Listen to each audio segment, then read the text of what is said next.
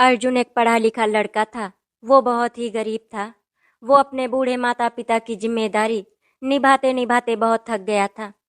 उसने समाज के ताने सुन सुनकर हार मान ली और फिर एक दिन वो किया जो उसने कभी सोचा भी नहीं था। एक अमीर खानदान की लड़की से शादी कर ली और घर जवाई बनकर अपनी ससुराल में रहने लगा। अर्जुन को ऐसा लग रहा था कि जब उसके पास पैसे हो जाएंगे तो सारे दुख अपने आप खत्म हो जाएंगे, मगर वो नहीं जानता था कि घर जवाई बनना आसान नहीं होता। कितना दुख दर्द और अपमान सहना पड़ता है घर जवाई बनने से। कितनी बड़ी जिल्लत और दर्द की दास्तान बन सकता है घर जवाई। अर्जुन का बचपन गांव के एक गरीब परिवार में बीता था। उसके पिता रामशरण किसान थे। वो खेती करके बस इतना कमा लेते थे कि अपना और अपने बच्चों का पेट पाल लेते। अर्जुन की माँ सुशीला खेतों में दूसरों के यहाँ मजदूरी करती थी। सुशीला चाहती थी कि उनका बेटा किसी तरह से पढ़ लिख कर नौकरी करने लग जाए। अर्जुन पढ़ाई में बहुत होशियार था। किसी तरह उसने बीए पास कर लिया। शहर में नौकरी के लिए दर दर भटका, मगर उसकी नौकरी कहीं नहीं लगी। गांव में उसे लोग ताना मारते थे, क्या कर लिया पढ़ लिख कर, नौकरी मिली क्या, अब तो माँ बाप के टुकड़ों पर ही पलेगा, अपने माँ बाप की जिंदगी नरक बना देगा। अर्जुन चुपचाप उनकी बातें सुन लेता था। उसके पापा बीमार रहने लगे थे और इधर उसकी माँ भी बुढ़ापे की वजह से अब कमजोर हो चली थी। इसी गांव में अनुपमा नाम की एक लड़की रहती थी, जिसके पापा महेश चौधरी गांव के सबसे अमीर आदमी थे। वो अर्जुन से दिल ही दिल में प्यार करती थी। महेश चौधरी को भी अर्जुन बहुत पसंद था। सीधा साधा पढ़ा लिखा और गरीब। महेश चौधरी ने एक दिन अर्जुन के घर बात चलाई, देखो रामशरण जी, अर्जुन को हम अपनी बेटी दे देंगे, लेकिन एक शर्त है, उसको हमारे साथ ही रहना होगा। खेती बाड़ी जमीन जायदाद सब संभालनी होगी। तुम्हारा बेटा राजा की तरह रहेगा हमारे घर में। रामशरण उनकी बातें सुन रो पड़ा था। क्या हमारे इतने बुरे दिन आ गए कि हमारा बेटा घर जवाई बन जाएगा? लोग क्या कहेंगे? मगर अर्जुन ने पिता का कंधा थाम लिया। पापा, आपकी दवाइयाँ कैसे आएंगी? मुझे कोई नौकरी भी तो नहीं मिल रही है। अगर हमारे पास एक यही रास्ता है तो फिर मैं घर जवाई बनने के लिए तैयार हूँ। सुशीला ने अपने बेटे के सिर पर हाथ फेरा। जो करना बेटा सोच समझ कर करना, जल्दबाजी में कोई फैसला मत लेना। तुम्हारी पूरी जिंदगी का सवाल है। वैसे भी अब हमारे पास कितने दिन बचे हैं, किसी तरह से काट लेंगे। अर्जुन और अनुपमा की शादी बहुत ही धूमधाम से हुई। महेश चौधरी ने ऐलान कर दिया, अर्जुन अब हमारे खानदान का दामाद नहीं बेटा है। सब लोग ये बात बहुत अच्छी तरह से समझ लो। अगर किसी ने उसको कुछ गलत बोला तो मुझसे बुरा कोई नहीं होगा। सामने से तो किसी ने कुछ भी नहीं कहा, लेकिन पीठ पीछे अर्जुन के बारे में उल्टा सीधा बोलने लगे। घर जवाई बन गया, अब ससुर की दुआओं पर पलता रहेगा। भगवान ऐसी निकम्मी औलाद किसी को ना दे। अर्जुन मन ही मन कसमसाता रहा, लेकिन उसने खुद को समझाया, कम से कम माँ बाबूजी को पैसे भेज पाऊंगा, यही बहुत है मेरे लिए। अनुपमा बहुत खुश थी। उसने अर्जुन से वादा किया, तुम देखना अर्जुन, मैं कभी तुम्हें ये एहसास नहीं होने दूंगी कि तुम घर जवाई हो। अर्जुन मुस्कुराया, मगर दिल में कहीं टीस थी। कुछ महीने तक तो सब ठीक चला। अर्जुन ने खेत खलिहान सब बहुत अच्छी तरह से संभाल लिए। चौधरी साहब ने उसे सब जिम्मेदारी दे दी थी, पर घर के नौकर चाकर, यहाँ तक कि रिश्तेदार भी अर्जुन को दामाद जी की जगह घर जवाई कहकर चिढ़ाते। एक दिन चौधरी साहब की बड़ी बहन आई। उसने सबके सामने अर्जुन से कहा, क्यों घर जवाई बाबू, आजकल काम कैसा चल रहा है? ससुराल की रोटी हजम तो हो रही है ना? अर्जुन को लगा किसी ने उसके चेहरे पर चाटा मारा हो। उसने अनुपमा की तरफ देखा। बुआ की बातें सुन अनुपमा की आंखों में भी आंसू थे। अर्जुन अब हर सुबह चौधरी साहब के साथ खेतों के चक्कर लगाता, हिसाब किताब देखता और मजदूरों को मजदूरी बांटता। दिन भर खेतों में पसीना बहाकर रात को थका हारा घर लौटता, तो घर के लोग उसे बेटा कहने के बजाय घर जवाई कहकर ही पुकारते। एक रात की बात है, अर्जुन कमरे में बैठा था। अनुपमा उसके पास आई। उसके हाथ में दूध का ग्लास था। उसने धीरे से अर्जुन के कंधे पर हाथ रखा। अर्जुन, आपने कुछ खाया क्यों नहीं? अनुपमा की बात सुन अर्जुन चुप रहा। अनुपमा ने जबरदस्ती दूध का ग्लास थमाया। अर्जुन ने धीमे से कहा, अनुपमा, तुम्हारे घर में सब मुझे पराया समझते हैं। तुम्हारे पापा के खेत मैं संभालता हूँ, लेकिन मुझे कोई इज्जत नहीं देता। अनुपमा ने उसकी आंखों में देखा तो उसके आंसू छलक आए। अर्जुन, तुम चिंता मत करो, मैं सब संभाल लूंगी। मैं इस बारे में पापा से बात करूंगी। अर्जुन ने हंसने की कोशिश की मगर आवाज भीग गई। अनुपमा, इज्जत भीख में नहीं मिलती, कमानी पड़ती है। और यहाँ तो सब कुछ पापा का ही है। अनुपमा कुछ बोल नहीं सकी, बस उसके हाथ अर्जुन के कंधों पर थे, जैसे कोई टूटी दीवार को थामे खड़ा हो। एक दिन अर्जुन अपनी माँ से मिलने गांव गया। उसकी माँ अब बहुत बीमार रहने लगी थी। वो चारपाई पर लेटी थी। अर्जुन ने उनके पांव दबाए। अर्जुन, बेटा कैसे हो? सब ठीक है ना? बहुत दिनों बाद आए हो। तू वहां पर खुश तो है ना? अर्जुन ने अपनी माँ के झुर्री भरे हाथ थाम लिए। हाँ माँ, सब ठीक है। मगर उसकी आवाज कांप गई। माँ सब समझ गई। माँ ने अर्जुन के सिर पर हाथ फेरा। बेटा, ससुराल की चौखट बड़ी होती है, पर अपनों का घर अपना ही होता है। कभी जरूरत हो तो लौट आना। यहाँ माँ का आंगन हमेशा तेरे लिए खुला होगा। अर्जुन की आंखों में आंसू टपक पड़े। उसने माँ के हाथों को माथे से लगा लिया, जैसे वही उसका सुकून छुपा हो। अर्जुन वापस लौटा तो महेश चौधरी ने उसे गुस्से में बुलाया। कहाँ था तू? और इस तरह बिना बताए कहाँ चला गया था? साहब, माँ की तबीयत। अर्जुन अभी पूरा बोल भी नहीं पाया था कि चौधरी साहब ने उसकी बात बीच में ही काट दी। अरे, अब ये खेत कौन देखे? अब जो मन आया उठकर चल दिया। सुन, घर जवाई बना है तो ससुराल के काम पहले देख। अर्जुन खड़ा खड़ा सब सुनता रहा। नौकर चाकर सब तमाशा देख रहे थे। किसी किसी की हंसी दबे लफ्जों में बाहर आ रही थी। उस रात अर्जुन ने अनुपमा से कहा, अनुपमा, मैं थक गया हूँ। वो रो पड़ी और बोली, मैं हूं ना तुम्हारे साथ, सब ठीक कर दूंगी अर्जुन। मैं पापा से कहूंगी कि वो तुम्हें भी जमीन में हिस्सा दे। सब कुछ तुम्हारा भी है। अर्जुन ने अनुपमा की ओर देखा। नहीं अनुपमा, सब कुछ पापा का है। मैं बस घर जवाई हूँ और कुछ नहीं। गांव में एक दिन चौधरी साहब के भाई का लड़का आया। उसने सबके सामने कह दिया, चौधरी साहब, आपका ये घर जवाई हमारे खेत के पैसे उड़ाता है, मजदूरों को कम देता है, बाकी के अपनी जेब में भरता है। अर्जुन सन्न रह गया। उसके पांव तले से जमीन खिसक गई।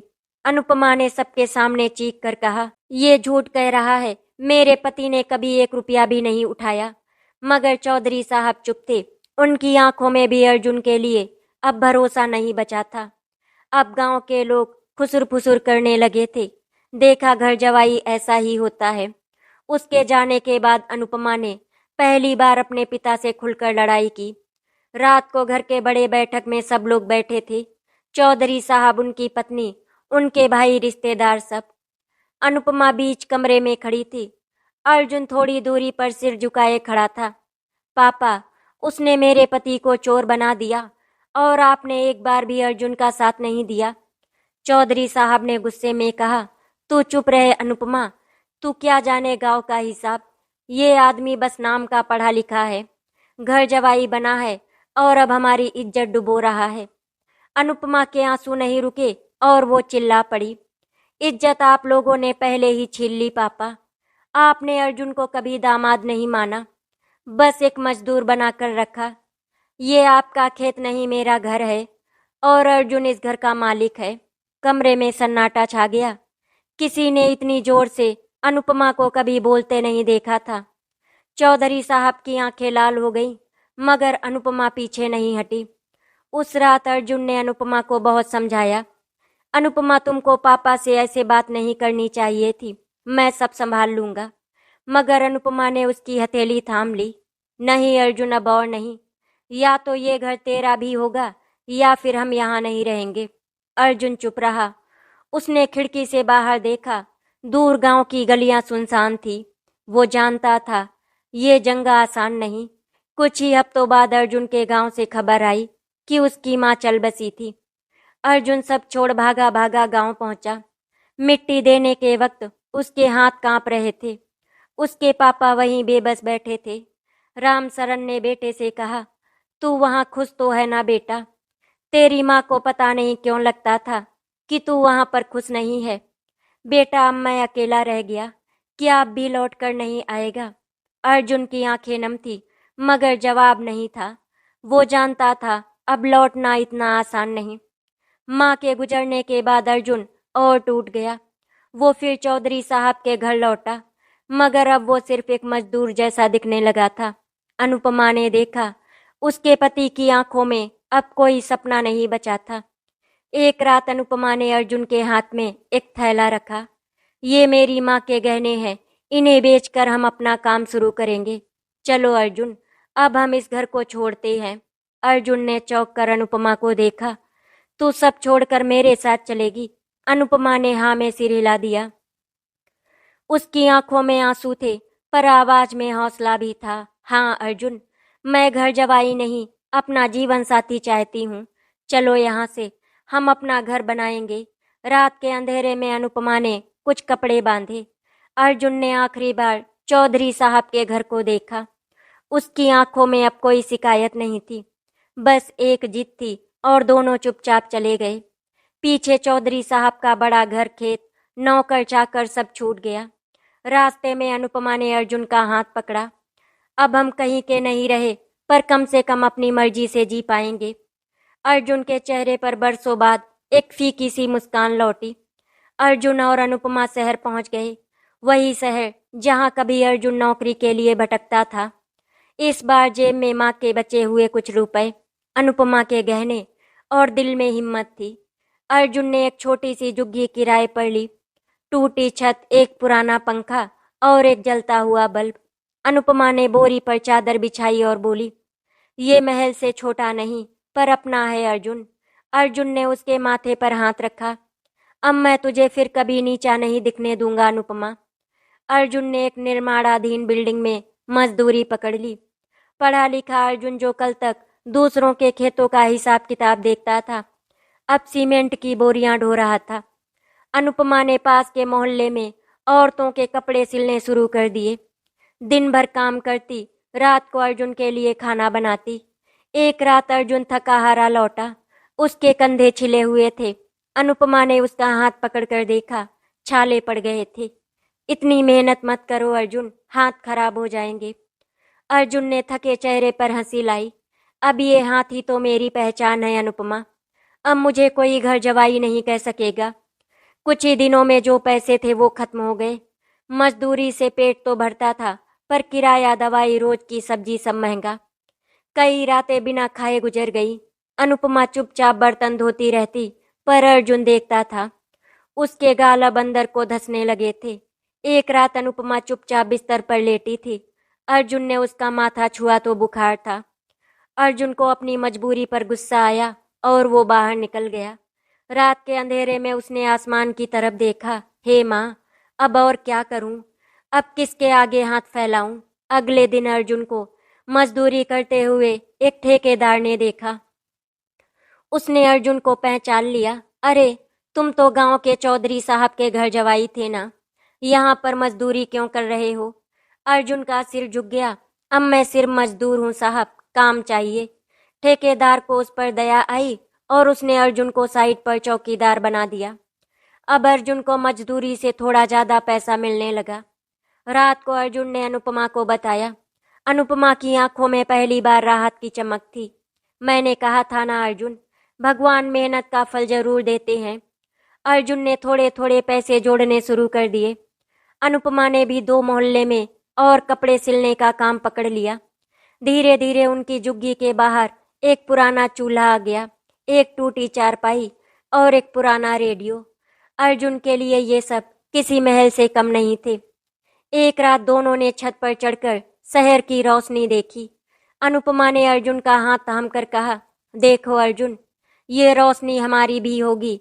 एक दिन हम भी अपना छोटा सा घर बनाएंगे। अर्जुन ने चुपचाप कहा, हाँ अनुपमा, अब मैं किसी का घर जवाई नहीं बनूंगा। अब अपना घर खुद बनाऊंगा, अपने खून पसीने की कमाई से। कई महीनों की मजदूरी और अनुपमा के हाथों की सिलाई से अर्जुन ने थोड़े पैसे जोड़ लिए। एक दिन वो पास के बाजार में गया। वहां पर एक पुराना ठेला पड़ा था। अर्जुन ने सोचा, अगर मैं इस पर चाय नाश्ते की दुकान लगा दूं तो मजदूरी से ज्यादा कमा सकता हूं। उसने ठेले वाले से बात की। पुराना ठेला सस्ते में मिल गया। अर्जुन ने अपनी मजदूरी से बचाए पैसे दे दिए और एक छोटा चाय नाश्ते का काम शुरू कर दिया। अनुपमा ने सुबह उठकर आलू के समोसे बनाए और अर्जुन ने चाय चढ़ाई। पहली बार उसने खुद को मालिक की तरह महसूस किया। पहले ही दिन 4-6 मजदूर आए। गरम चाय गरम समोसे थे तो सबने तारीफ की। वाह, घर जवाई नहीं चाय वाला सही। अर्जुन के दिल को सुकून मिला।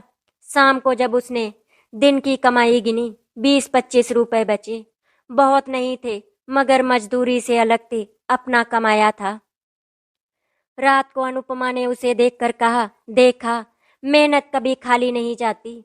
अर्जुन मुस्कुरा उठा, अब मैं दूसरों की दया पर नहीं, अपनी मेहनत पर जी रहा हूँ अनुपमा। कुछ ही हफ्तों में अर्जुन की चाय नाश्ते की दुकान चल निकली। लोग उसके हाथ के समोसे खाने लगे। मजदूरों को साफ सफाई पसंद आई। ठेकेदार तक उससे चाय मांगने लगे। लेकिन इसी बीच पास के होटल वाला जल उठा। उसने नगर पालिका वालों को बुला दिया। एक दिन अर्जुन की दुकान पर नोटिस चिपका दिया गया, बिना लाइसेंस ठेला तुरंत हटाओ। अर्जुन घबरा गया। उसी दिन नगर पालिका वाले उसका ठेला भी उठा ले गए और सारा सामान कुर्क। रात को वो खाली हाथ लौट आया। अनुपमा ने देखा तो समझ गई। उसने बस अर्जुन का सिर अपनी गोद में रख लिया। अर्जुन बच्चों की तरह फफक पड़ा।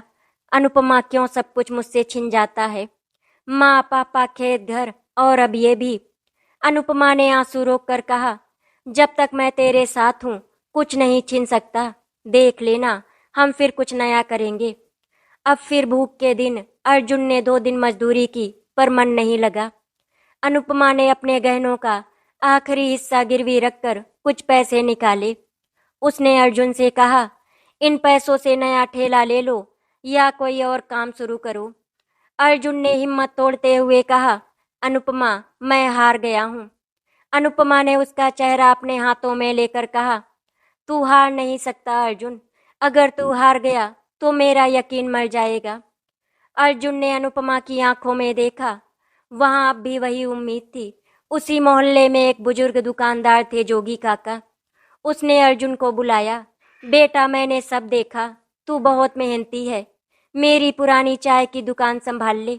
मैं बूढ़ा हो गया हूँ। किराया मुझे थोड़ा दे देना, बाकी कमाई तेरी। अर्जुन की आंखों में जैसे उम्मीद लौट आई। अनुपमा ने भी राहत की सांस ली। अर्जुन ने जोगी चाचा के पांव पकड़ लिए। चाचा, आप भगवान है मेरे लिए। जोगी चाचा ने उसके सिर पर हाथ फेरा। ये सब तेरी मेहनत है बेटा, मैं तो बस जरिया हूँ। जोगी चाचा की पुरानी दुकान तंग थी, एक छोटी सी गली में। टूटी कुर्सियां, चाय उबालने के लिए एक पुराना चूल्हा। मगर अर्जुन के लिए ये किसी महल से कम नहीं था। अनुपमा सुबह जल्दी उठकर समोसे नमकीन बना देती। अर्जुन दुकान पर चाय चढ़ाता। जोगी चाचा पास ही बैठकर उसे नए नए तरीके सिखाते। देख बेटा, चाय में अदरक ज्यादा और मसाला सही होगा तो ग्राहक वापस आएगा। धीरे धीरे वहां मजदूर, रिक्शे वाले और कुछ कॉलेज के लड़के भी आने लगे। दुकान में चाय के साथ अर्जुन की इज्जत भी उबलने लगी। एक दिन वही होटल वाला जिसने ठेला उठवाया था उस गली में भी आया। उसने देखा अर्जुन की दुकान चल निकली है। वो ठहाका लगाते हुए बोला, अरे घर जवाई, फिर दुकान खोल ली। चल देखता हूँ ये कब तक चलती है। अर्जुन ने सिर झुकाकर चाय बनाई। उसे कोई जवाब नहीं दिया, मगर भीतर कहीं आग जल गई। रात को अनुपमा ने पूछा, क्या हुआ अर्जुन? उस होटल वाले से डर गए? अर्जुन ने धीरे से कहा, अब डरूंगा नहीं अनुपमा, अब मेरी मेहनत मुझे जवाब बनाकर देगी। कई महीने बीत गए। दुकान से अब रोज थोड़ी थोड़ी बचत होने लगी। अर्जुन ने पुराने टूटे बेंच की जगह लकड़ी की 2 नई बेंच बनवाई। एक छोटा बल्ब दुकान के बाहर लगा दिया ताकि रात को भी ग्राहक आए। अनुपमा ने एक दिन अर्जुन को गिनती सिखाई। अब वो हिसाब किताब में भी माहिर होने लगा था। जोगी चाचा ने हंसकर कहा, घर जवाई अब बन गया साहूकार। अर्जुन हंस पड़ा। पहली बार उसने घर जवाई शब्द को मजाक में सुना और उसे गुस्सा नहीं आया। अर्जुन ने पहली बार अनुपमा के लिए एक नई साड़ी खरीदी। सस्ती ही सही, मगर अनुपमा ने आंखों में आंसू लिए उसे पहना। अर्जुन ने अपने लिए भी पुरानी फटी बनियान छोड़कर नई शर्ट ली। एक रात दोनों दुकान के बाहर बेंच पर बैठे थे। अनुपमा ने अर्जुन से कहा, देखो अर्जुन, अब लगता है जैसे हम भी किसी के भरोसे नहीं हैं। अर्जुन ने उसकी हथेली दबाई। अनुपमा, तू ना होती तो मैं कब का टूट गया होता। अनुपमा ने हंसते हुए कहा, अब तोड़ने का हक मेरा है। इसी बीच एक दिन जोगी चाचा बीमार पड़ गए। उसका बेटा जो शहर से लौटा था वो बहुत ही लालची निकला। उसने अर्जुन से कहा, ये दुकान मेरे बाप की है, अब से किराया 2 गुना। अर्जुन के पैरों तले जमीन खिसक गई। महीने भर की बचत वैसे ही कम थी, ऊपर से दुकान की हालत अलग।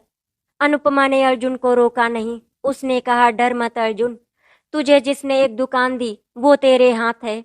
ये दुकान नहीं तो दूसरी सही। अर्जुन ने रात भर बैठकर सोचा और अगली सुबह दुकान खाली कर दी। उसके हाथ फिर से खाली थे, मगर उसके इरादे नहीं। जोगी चाचा की दुकान छोड़ने के बाद अर्जुन और अनुपमा फिर वहीं आ खड़े हुए जहां से चले थे, बिना दुकान, बिना छत, बिना सहारे के। अर्जुन ने एक रात अनुपमा से कहा, अनुपमा, लगता है मेरी किस्मत में बस मजदूरी लिखी है। अनुपमा ने उसकी आंखों में देखा, तेरी किस्मत मेरे हाथ में है, मजदूरी कर या दुकान खोल, मैं हमेशा तेरे साथ हूँ। रात भर दोनों ने बैठे बैठे अगले दिन की योजना बनाई। वही पुराना विचार, वही पुरानी उम्मीद और एक नया ठेला। अर्जुन ने मोहल्ले के एक किराना वाले से उधार मांगा। पहले तो उसने मुंह बनाया। अनुपमा के हाथ जोड़ने पर थोड़े पैसे से दे दिया। अर्जुन ने उसी से चाय बनाने का सारा सामान खरीदा, चीनी, पत्ती, दूध, बिस्किट के पैकेट। अगले दिन पुराने कबाड़ी से फिर एक पुराना ठेला ले आया। उसमें एक लड़की का बक्सा फिट कराया और उसी पर चूल्हा रख दिया। पहली चाय चढ़ी तो अर्जुन ने खुद को फिर से जीता हुआ पाया। इस बार अर्जुन ने भीड़ भाड़ वाली सड़क चुनी। बड़ी बड़ी फैक्ट्री के बाहर उसने ठेला लगाया। सुबह सुबह फैक्ट्री के मजदूर, ऑटो वाले, रिक्शे वाले उसकी चाय पीने लगे। चाय में वही पुराना जोगी चाचा का मसाला, अदरक, इलायची और प्यार। पहले दिन जो कमाई हुई उसमें से आधा किराने वाले को दे आया, बाकी से घर का राशन लाया। अनुपमा ने कहा, अब ना गिरना अर्जुन, ये ठेला तेरा सपना है। अर्जुन ने उसकी बात अपनी हथेली पर लिख ली। अर्जुन के ठेले पर भीड़ बढ़ने लगी, पर साथ ही जलन भी। पास में पहले से चाय नाश्ते के 3 ठेले थे। उन सबको लगा नया लड़का आया है, ग्राहक खींच ले जाएगा। एक दिन तीनों ठेलों वालों ने मिलकर अर्जुन को धमकाया, सुन बे, घर जवाई, ये सड़क हमारी है, यहाँ से ठेला हटा ले वरना अच्छा नहीं होगा। अर्जुन ने चुपचाप सब कुछ सुना और सिर झुका लिया। वो फिर रात को घर आया, मगर इस बार टूटा नहीं। अनुपमा ने उसके कंधे पर हाथ रखा, अब डर मत अर्जुन, कोई तुझे हटाने वाला नहीं। तू हटेगा तो अपनी मर्जी से, किसी के डर से नहीं। अर्जुन की आंखों में फिर वही चिंगारी लौट आई। एक दिन उन ठेले वालों ने अर्जुन का ठेला पलट दिया, चाय गिरा दी, दूध बहा दिया। अर्जुन वहीं चुपचाप खड़ा रहा। मजदूरों ने देखा तो पास आ गए, क्यों बे, मेहनत से डर लगता है, इस बेचारे को क्यों सताते हो। लोगों ने ठेले वाले को भगा दिया। एक बुजुर्ग मजदूर ने अर्जुन से कहा, तू चाय अच्छी बनाता है बेटा, हम तेरे साथ हैं, कल फिर ठेला लगाना। अर्जुन ने मिट्टी पोंछी, टूटा सामान समेटा और फिर से खड़ा हो गया। रात को अनुपमा ने उसे गर्म दूध पिलाते हुए कहा, देखा, अब लोग तेरे अपने हैं अर्जुन, अब तुझे कोई घर जवाई कहने की हिम्मत नहीं करेगा। अर्जुन ने अनुपमा का हाथ कसकर पकड़ लिया। अब मैं हार नहीं मानूंगा अनुपमा, चाहे कितनी ठोकरें लगे। अब अर्जुन का ठेला पूरे इलाके में मशहूर हो गया था। फैक्ट्री के मजदूर, रिक्शे वाले, स्कूल के मास्टर तक उसकी चाय पीने आने लगे।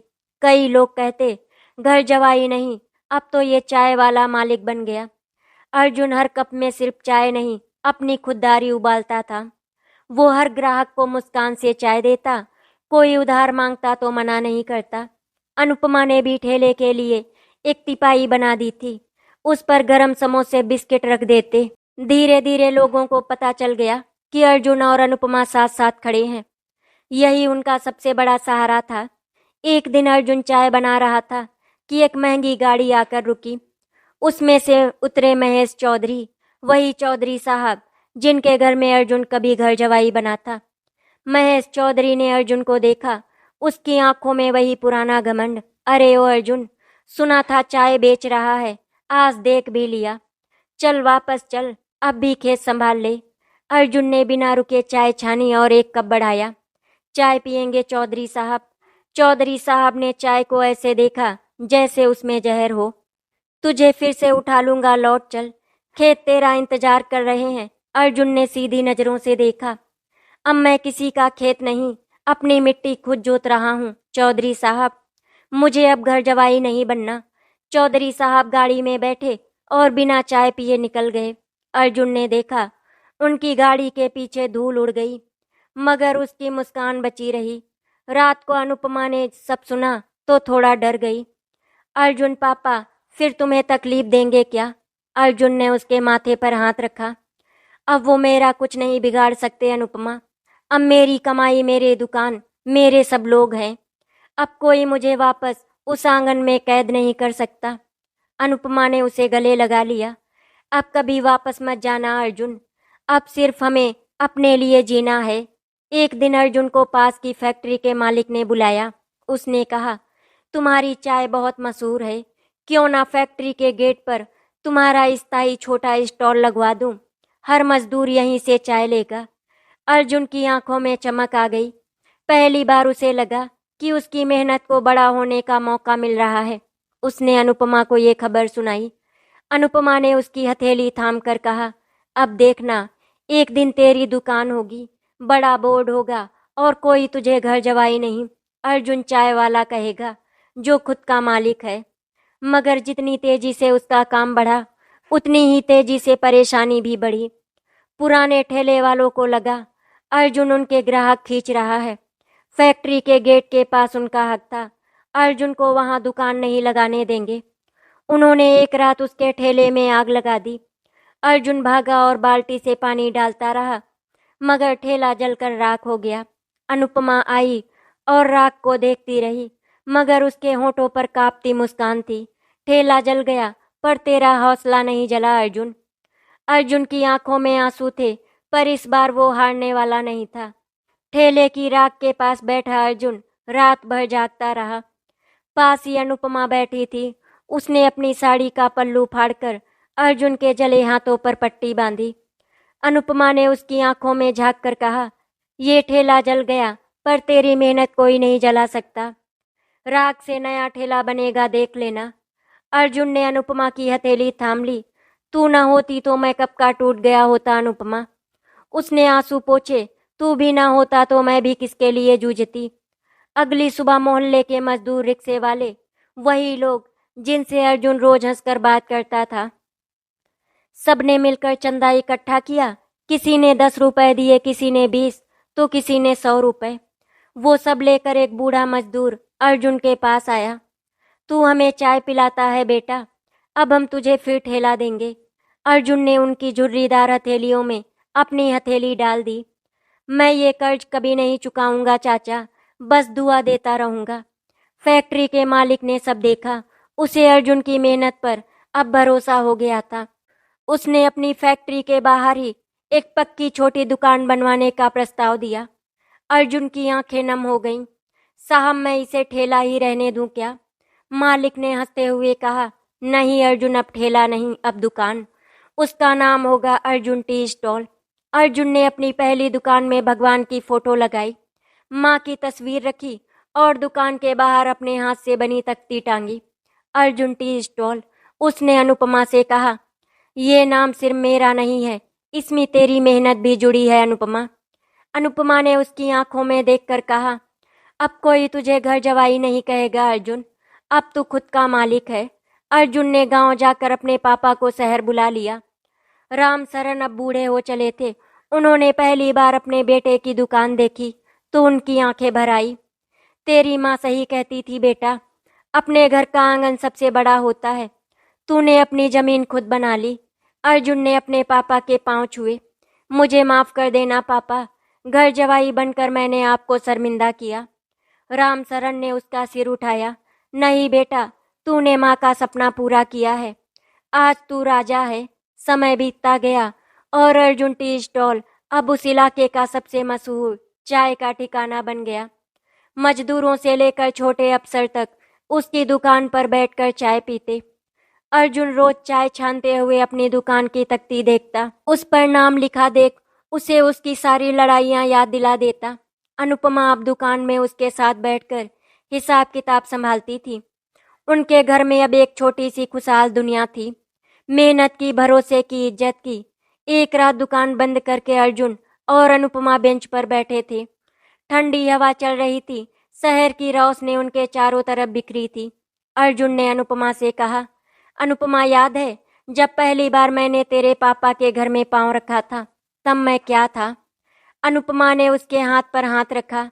तब तू घर जवाई था, अब तू मेरा राजा है अर्जुन। अर्जुन ने आसमान की तरफ देखा, जैसे कहीं माँ को देख रहा हो। उसकी आंखों से एक चमकदार आंसू टपका, मगर उसमें कोई पछतावा नहीं था, बस जीत का स्वाद था।